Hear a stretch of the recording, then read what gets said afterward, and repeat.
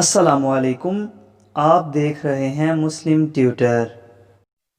Topic number 19، نبی صلی اللہ علیہ وسلم نور یا بشر۔ اس ٹاپک میں ہم یہ جانیں گے کہ کیا نبی پاک نور ہیں یا بشر ہیں، اور کیا آپ میں نورانیت اور بشریت دونوں پائی جاتی ہیں۔ ہم یہ بھی جانیں گے کہ کیا اگر آپ نور ہیں تو اس نور سے کیا مراد ہے، اور اگر بشر ہیں تو کیا آپ عام انسانوں جیسے ہی ہیں۔ اس ٹاپک پر سب سے پہلے سنیں گے ڈاکٹر اسرار احمد کو۔ چونکہ بشریت کا معاملہ آ گیا ہے تو ہمارے ہاں عوامی سطح پر یہ بڑی بحث ہے کہ حضور نور ہے یا بشر ہے۔ صاحبزادہ فیض الحسن صاحب کی بات آپ کو میں سنا چکا ہوں کہ ہم مانتے ہیں کہ کیا جانتے ہم جاہل ہیں، ہم نے قرآن نہیں پڑھا، ہم عربی نہیں جانتے، ہم جانتے ہیں آپ بشر تھے، لیکن آپ کی بشریت کو نمایاں کرنے کو ہم آپ کے خلاف سوء ادب سمجھتے ہیں۔ لیکن جب مسئلہ بن جائے کہ آپ بشر نہیں تھے نور تھے، یا نور نہیں تھے بشر تھے، یہ دونوں سٹیٹمنٹس ایکولی رانگ ہیں۔ آپ بشر تھے نور نہیں تھے یہ بھی غلط، آپ نور تھے بشر نہیں تھے یہ بھی غلط۔ حقیقت کیا ہے؟ دیکھیے حقیقت یہ ہے، ہر انسان کے اندر ایک نور ہے۔ وہ نور کیا ہے؟ روح نورانی ہے۔ یہ نور ہم میں سے ہر ایک میں ہے، لیکن نور کا فرق ہے، ہم میں سے کسی میں زیادہ ہے، کسی میں کم ہے۔ محمد عربی کا وہ نور روحانی آپ کے پورے وجود کے اوپر غالب ہے، مستولی ہے، چھایا ہوا ہے۔ اسی حقیقت کو آپ نے اس طرح بیان فرمایا کہ آپ نے ایک مرتبہ فرمایا کہ ہر انسان کے ساتھ ایک شیطان ہے۔ کسی نے پوچھ لیا جرأت کر کے، حضور آپ کے ساتھ بھی ہے؟ فرمایا ہاں ہے، لیکن میں نے اسے مسلمان کر دیا ہے تو صحیح۔ حضور کی بشریت بھی ہے، بشریت کے تقاضے بھی ہیں، لیکن آپ کی روحانیت ہے، اور روحانیت کی نورانیت ہے۔ وہ بشریت کے اوپر روحانیت اتنی غالب آ گئی ہے کہ اسے ہم کہہ سکتے ہیں کہ آپ مجسم نور تھے، لیکن نفی نہیں کی جائے گی، آپ بشر بھی تھے نور بھی تھے۔ آپ بشر بھی تھے، آپ آمنہ اور عبداللہ کی اولاد تھے، بیٹے تھے، آپ عبد المطلب کے پوتے تھے، آپ ہاشمی تھے، قرشی تھے، آپ انسان تھے، آپ کھانا کھاتے تھے، آپ کو تکلیف بھی ہوتی تھی، آپ کے اوپر جادو تک بھی اثر کر جاتا تھا، یہ ہوا ہے۔ بشریت کی نفی کیسے کر دیں گے؟ آپ کے وار پڑا ہے تو خون کا فوارہ چھوٹا ہے، اور خون زیادہ چلا گیا ہے تو آپ بے ہوش بھی ہوئے ہیں، کیسے نفی کر دیں گے؟ لیکن یہ کہ آپ کی نورانیت جو ہے، روح کی نورانیت، روح محمدی، اس کی نورانیت نے اس پورے وجود بشری کو ڈھانپ لیا ہے، اور اس اعتبار سے ہم کہیں کہ آپ نور مجسم تھے تو کوئی غلط نہیں۔ تو آپ نور بھی تھے اور بشر بھی تھے۔ ان میں سے کسی ایک پہلو کی نفی بھی کرنا میرے نزدیک بہت بڑی غلطی ہے، بلکہ میں اسے گمراہی سے بھی تعبیر کروں گا۔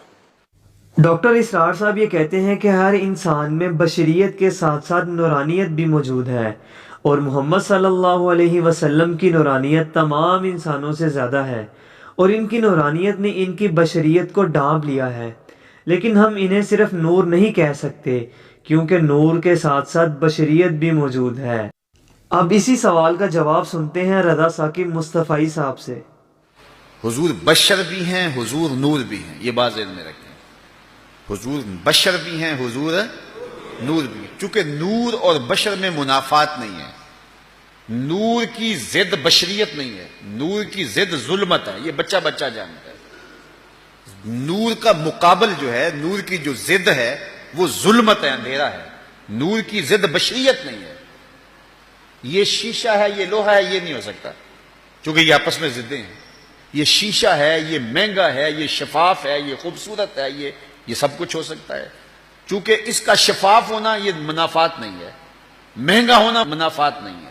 تو نور بھی ہو بشر بھی ہو، یہ منافات نہیں ہے۔ قرآن اٹھائیے، جب جبریل امین حاضر خدمت ہوتے ہیں حضرت مریم کے پاس تو قرآن بتاتا نا فتمثل لها بشرا سویا، مکمل بشر بن کے آئے. تو بشر بھی ہو نور بھی ہو اور ایک ذات میں دونوں کا اجتماع ہو ممکن ہے.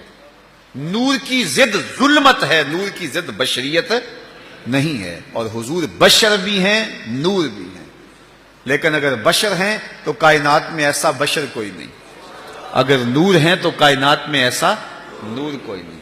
بشر ہیں تو سارے بشر مسجد اقصی میں پیچھے کھڑے ہیں، نور ہیں تو بیت المعمور میں سارے نور پیچھے کھڑے ہیں. اللہ اکبر. تو وہ شان اللہ تعالیٰ نے اپنے محبوب کو عطا فرمائی. تو کبھی بشریت کا غلبہ ہوتا ہے وجود پہ، طائف کے بازاروں میں پتھر آتے ہیں بدن پہ تو خون بہتا ہے، نالین خون سے بھر جاتے ہیں، یہ غلبہ بشریت تھا. اور کبھی غلبہ نورانیت ہوتا ہے، نورانیت کا غلبہ ہوتا ہے. اللہ اکبر. تو سارا سینہ چیر لیا جاتا ہے، قلب اطہر نکال لیا جاتا ہے، لیکن خون کا ایک قطرہ بھی نہیں بہتا ہے. بشریت کا غلبہ ہے، بھوک لگتی ہے پیٹ پہ پتھر باندھنے پڑتے ہیں. نورانیت کا غلبہ ہے، حضور گزرے دیکھا تو ایک صحابی پہ لوگوں نے چھاؤں کی ہوئی ہے اور گرمیوں کا موسم ہے، تو حضور رک کے پوچھا کیا ماجرا ہے؟ عرض کی حضور اس نے وصال کا روزہ رکھا ہوا تھا اور اس کی حالت غیر ہو گئی ہے. تو فرمایا کہ کیوں رکھا ہے وصال کا روزہ؟ عرض کی حضور آپ بھی تو رکھتے ہیں. فرمایا ایکم مثلی، تم میں سے میرے جیسا کون ہے؟ میں تو اپنے رب کے ہاں کھاتا بھی ہوں، اپنے رب کے ہاں پیتا بھی ہوں. تو کبھی کیفیت یہ کہ پیٹ پہ پتھر باندھنے پڑتے ہیں، اور کبھی یہ کہ وصال کا روزہ حضور رکھتے ہیں اور آقا کریم علیہ الصلوۃ والسلام کو دیکھ کے کسی اور نے رکھا، کہا تم میرے جیسے تو نہیں ہو نا، ایکم مثلی، تم میں سے میری مثل کون ہے؟ تو اللہ تعالیٰ نے اپنے محبوب کو یہ شان عطا فرمائی ہے.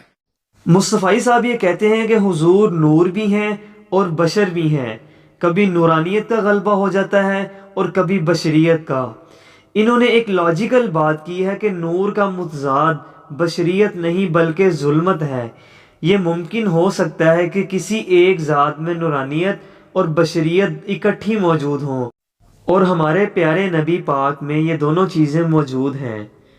اب آگے سنتے ہیں انجینئر محمد علی مرزا صاحب کو. ہاں، سورۃ المائدہ کی آیت نمبر 15 جو ہے نا، یہ بڑی مشہور ہے.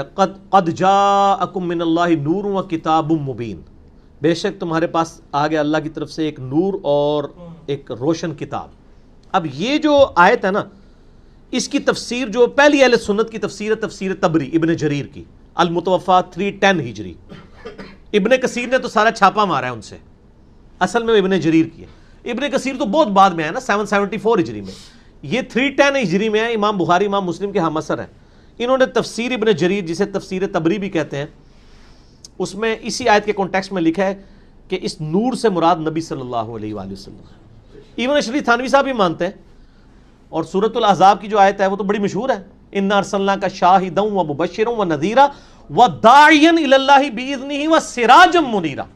آپ ایسے نور ہیں، ایسے سورج ہیں جو لوگوں کو بھی چمکا دیتا ہے، نور ہدایت ہے. امام بخاری کی کتاب صحیح بخاری بھی نور ہدایت ہے، مسلم بھی نور ہدایت ہے، صحابہ کے اقوال بھی نور ہدایت ہیں، قرآن تو نور ہدایت ہے، نبی علیہ السلام بھی نور ہدایت ہے.